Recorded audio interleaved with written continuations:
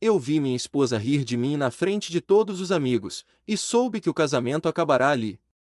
Mas o que ninguém esperava era como eu viraria o jogo sem levantar a voz, só com a verdade. Eu me chamava João, 35 anos, professor de história em uma escola de São Paulo.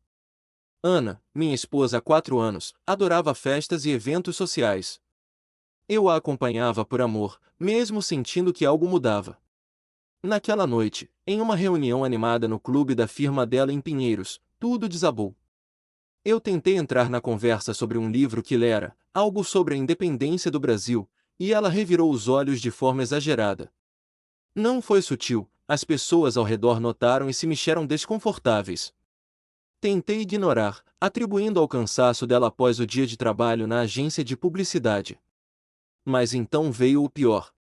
Uma colega dela, Carla, perguntou diretamente: Ana, por que você faz isso sempre que João fala? Ela riu, como se fosse uma piada óbvia. Porque ele é chato, horas. Todo mundo sabe. O silêncio caiu no grupo. Eu segurei o copo, sentindo o calor subir, mas não explodi. Aquelas palavras ecoaram: chato. Não era só uma brincadeira, era o que ela pensava de mim havia meses. Eu, que lia vorazmente, discutia política e cultura com paixão, reduzido a isso. Seus amigos riram forçado, outros desviaram o olhar. Eu terminei a bebida, coloquei o copo na mesa e saí calmamente para a rua. O ar fresco de São Paulo me acertou, e dirigi até um bar simples em Vila Madalena, longe de tudo. Lá, sozinho com uma cerveja, o telefone vibrou sem parar. Mensagens dela: onde você foi? Isso é ridículo. Todo mundo está perguntando. Não era preocupação, era vergonha pelo que eu causará saindo. Respondi uma só vez: para algum lugar interessante. Longe de você. Desliguei o som e pensei no nosso casamento. Quando começara?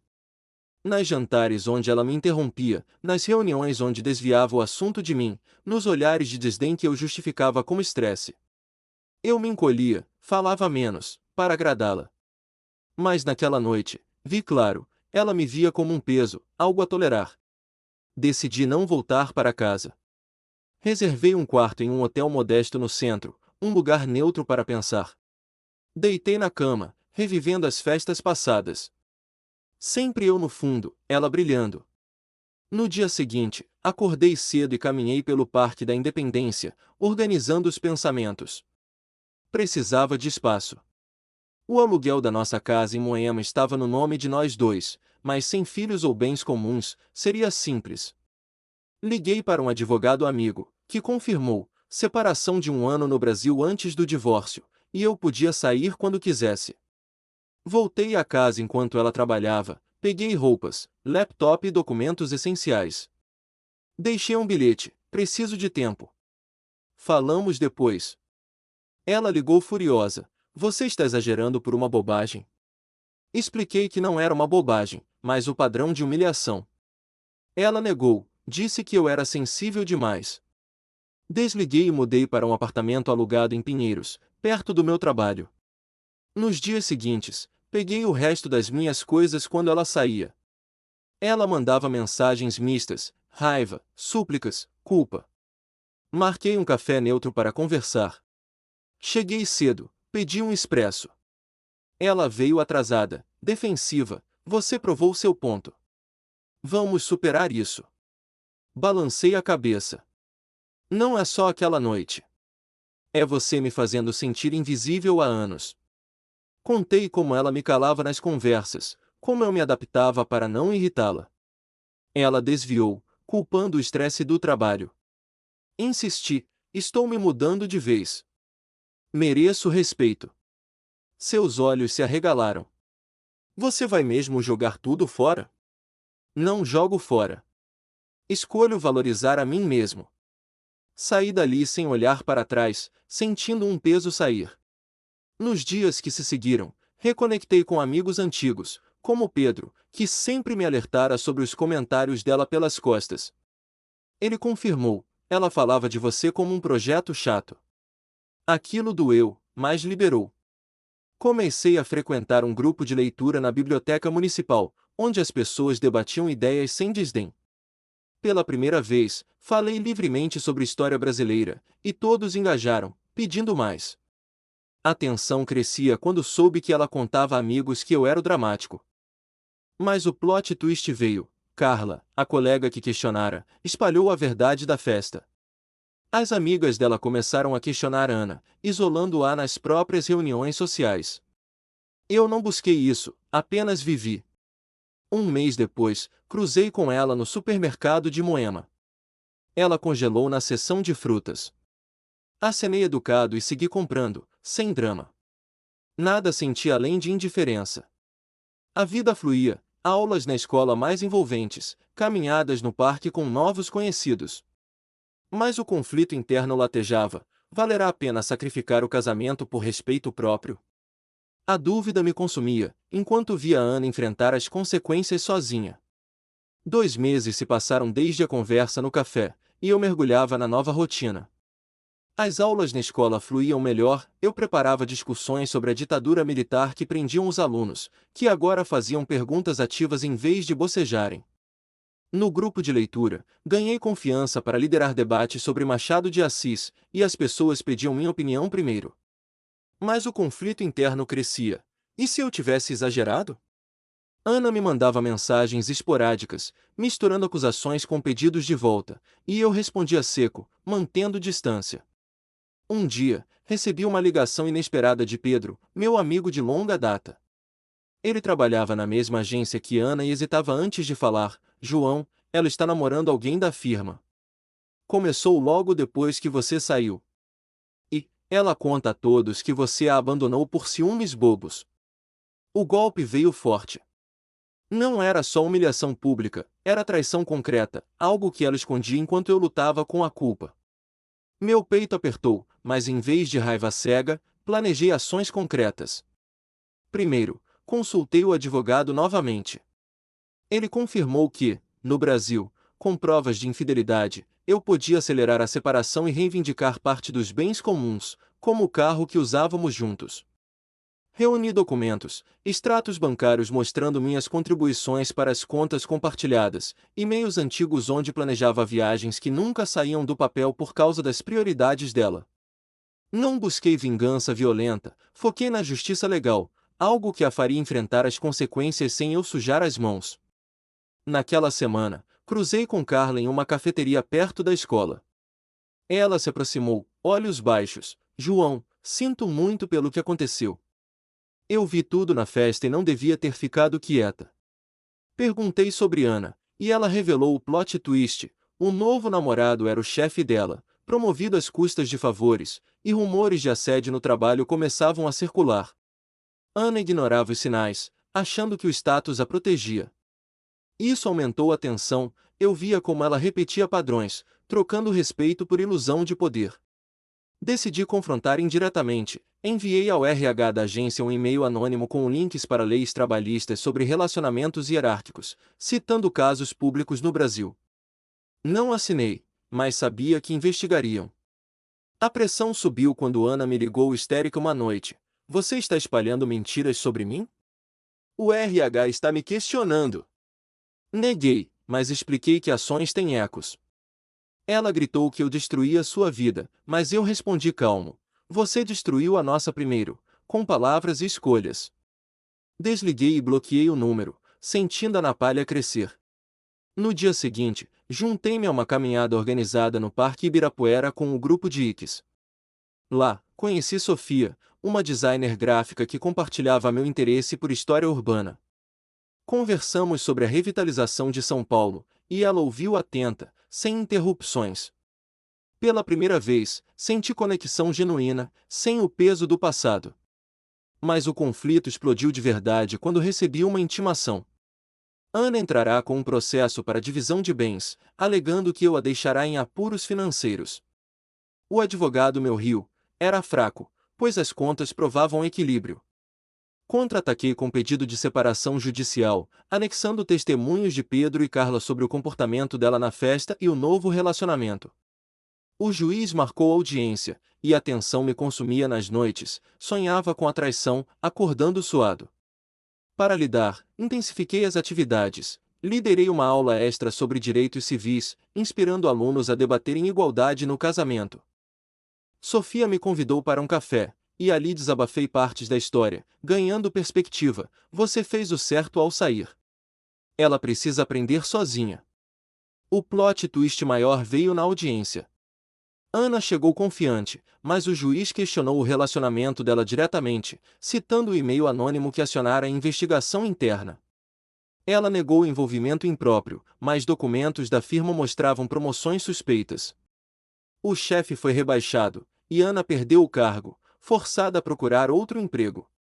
Ela me olhou furiosa do outro lado da sala, mas eu mantive a compostura, focando nos fatos.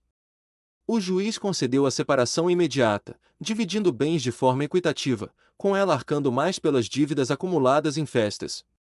Saí dali aliviado, mas o dilema moral latejava: valerá a pena expor tudo, mesmo anonimamente? A justiça prevalecera, mas e se eu tivesse perdoado antes? Sofia me esperava do lado de fora, e caminhamos juntos, discutindo o futuro. A napalha não acabará, agora, era hora de reconstruir sem sombras. Enquanto isso, soube por Pedro que Ana se isolava, perdendo amigas que viam sua hipocrisia. Ela tentava reconectar com o ex-chefe, mas ele a evitava após o escândalo. Eu, por outro lado, avançava, aceitei uma oferta para coordenar um clube de história na escola, e Sofia e eu marcamos mais saídas. Mas a dúvida persistia: a traição justificava minha frieza, ou eu me tornará como ela, calculista? A tensão crescia, prometendo mais reviravoltas. 3 meses após a audiência, eu me instalava na nova vida, mas as sombras do passado ainda rondavam. O clube de história na escola atraía mais alunos, eu organizava debates sobre a redemocratização, e eles participavam com argumentos afiados, me fazendo sentir útil de verdade. Sofia e eu saíamos com frequência, caminhadas pelo centro de São Paulo onde discutíamos arquitetura colonial, e ela me incentivava a compartilhar visões sem filtro. No entanto, a tensão interna fervia, o e-mail anônimo que enviará à agência de Ana ecoava em mim como um ato de vingança disfarçada de justiça. E se isso a destruísse mais do que o necessário? Pedro me atualizava esporadicamente: ela mudará de emprego para uma firma menor em Santo Amaro, mas o escândalo a seguirá, com colegas evitando contato. O plot twist surgiu em uma ligação de Carla, agora amiga próxima após nos aproximarmos em um evento cultural. Ela hesitava: João, Ana descobriu que o e-mail veio de você. Alguém rastreou o IP pelo provedor. Ela está furiosa e planeja processar por difamação. Meu estômago revirou, eu subestimar os riscos, achando que anonimato bastava. Em vez de pânico, agi rápido, consultei o advogado, que recomendou um acordo extrajudicial para evitar tribunal, pois provas de conduta imprópria dela na firma anterior fortaleciam minha defesa. Mas o conflito crescia, eu queria paz, não mais batalhas. Sofia, ao saber, aconselhou: em frente de frente. Isso fecha o ciclo. Marquei uma reunião com Ana em um parque neutro, o Aclimação, para resolver sem advogados. Chegamos ao mesmo tempo, ela cruzou os braços, voz tensa: você arruinou tudo por orgulho. Expliquei que o e-mail visava proteger outros, citando leis contra assédio, mas admitiu o excesso. Ela rebateu que o ex-chefe a demitira para se salvar, deixando-a com dívidas. O diálogo escalou, revelei como soubera do namoro pela traição, e ela confessou que começara por solidão, achando que eu nunca a via mais. A tensão atingiu o pico quando ela propôs um acordo: eu retirava qualquer queixa, e ela desistia da difamação, dividindo bens restantes igualmente. Aceitei, assinando papéis ali mesmo, sentindo a napalha se dissipar um pouco. Saí dali exausto, mas liberado. O confronto expusera que ambos erráramos, mas sua responsabilidade pela traição era maior. Dias depois, o dilema moral me acertou forte. Recebi um e-mail de um aluno, filho de um amigo de Ana, dizendo que ela entrará em depressão, isolada e questionando escolhas passadas. Culpa me invadiu, minha ponta legal a empurrar ao fundo? Para processar, intensifiquei o voluntariado no clube de história, convidando ex-colegas de Ana para palestras sobre ética no trabalho, transformando raiva em lição. Sofia me apoiou, e em uma saída noturna a um show de samba no centro. Dançamos pela primeira vez, rindo de anedotas leves. Mas o conflito externo explodiu. O ex-chefe processou Ana por uso indevido de informações confidenciais durante o namoro, revelando que ela vazara dados para ganhar favores. O juiz, o mesmo da nossa separação, negou o pedido dela por falta de credibilidade, forçando-a a pagar multas. Eu soube por Pedro, que agora datava Carla abertamente. Ele alertou: ela quer te culpar publicamente nas redes, dizendo que você orquestrou tudo. Contra-ataquei com transparência, postei anonimamente em fóruns de direito sobre relacionamentos abusivos no trabalho, sem citar nomes, mas inspirando debates que pressionaram a firma. A tensão subiu quando Ana me confrontou por mensagem: "Você nunca para." Respondi: "Pela última vez, eu parei. Agora é sua vez de assumir." Bloqueei e foquei no presente. Promovi um evento na escola sobre direitos conjugais, lotado de pais e professores, onde discuti respeito mútuo sem vingança. Sofia se voluntariou como palestrante, e nossa conexão aprofundou, planejando uma viagem curta a Paraty para fugir da cidade. O plot twist final da parte veio em uma carta judicial. Ana retirava todas as queixas contra mim, admitindo em documento que o relacionamento fora erro dela, e pedia desculpas formais por humilhações passadas. Meu advogado confirmou a autenticidade. Era o fechamento legal que eu nem esperava. Mas o dilema persistia: aceitar as desculpas significava perdoar ou ignorar para proteger a paz?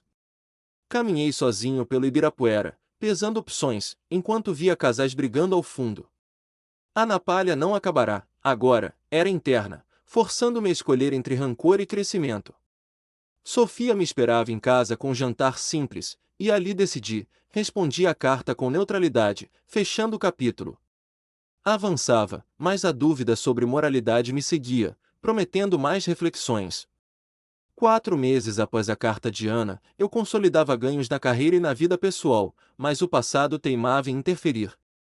O clube de história na escola expandia. Organizei um seminário sobre direitos trabalhistas, convidando especialistas para debater assédio, e os alunos lotaram o auditório, fazendo perguntas incisivas que me orgulhavam. Sofia e eu oficializávamos o namoro com saídas planejadas, como uma visita ao Museu do Futebol em São Paulo, onde discutimos impactos sociais do esporte, fortalecendo nossa cumplicidade. No entanto, a tensão moral persistia. Aceitar as desculpas dela me deixava inquieto. Como se perdoar diluísse minha luta por respeito? Pedro me ligou com novidades. Ana enfrentava um processo por falsidade ideológica, relacionado a declarações falsas no currículo para o novo emprego, e o juiz, alertado por denúncias anônimas de ex-colegas, marcará nova audiência. O plot twist rompeu quando recebi uma intimação como testemunha. O advogado de Ana tentará me envolver para desacreditar as provas contra ela, alegando que eu fabricara rumores por vingança. Meu estômago embrulhou. Era mais um conflito forçado, revivendo a traição. Consultei meu advogado, que preparou defesa com documentos da separação, provando que eu não interferira diretamente. Mas o dilema crescia. Depor contra ela aceleraria sua queda, mas ignorar poderia me implicar em omissão. Sofia, ao saber, propôs: "Vai e diga a verdade, sem emoção. Isso honra sua integridade." Decidi comparecer, mas planejei ações paralelas. Entrei em contato com ONGs de apoio a vítimas de assédio, voluntariando-me para workshops, transformando a dor em ação coletiva. Na audiência, Ana sentou-se do outro lado, voz trêmula ao depor, mas o juiz questionou inconsistências em seu depoimento.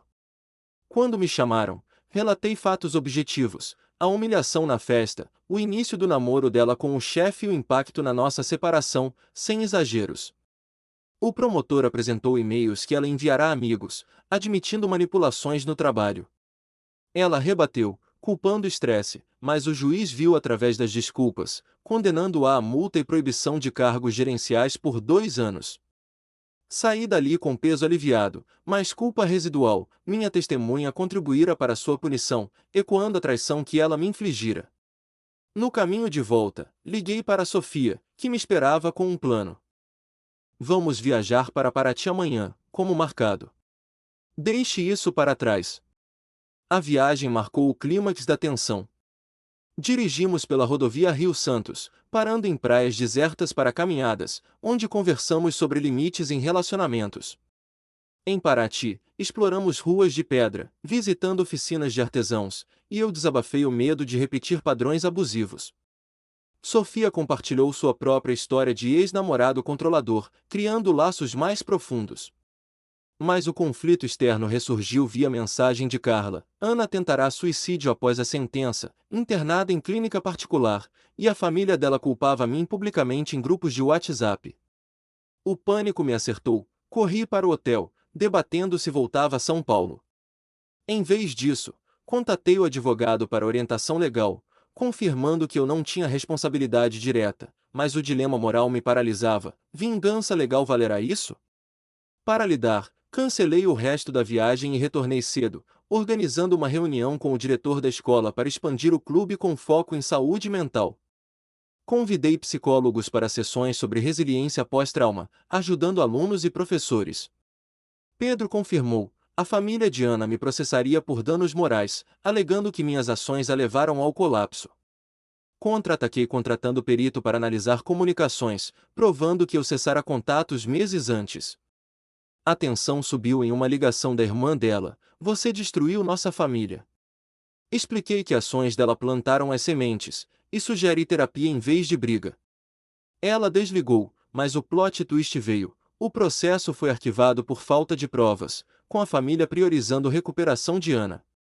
De volta à rotina, o conflito interno latejava durante aulas, onde debatia a ética com alunos, questionando se justiça e misericórdia coexistem.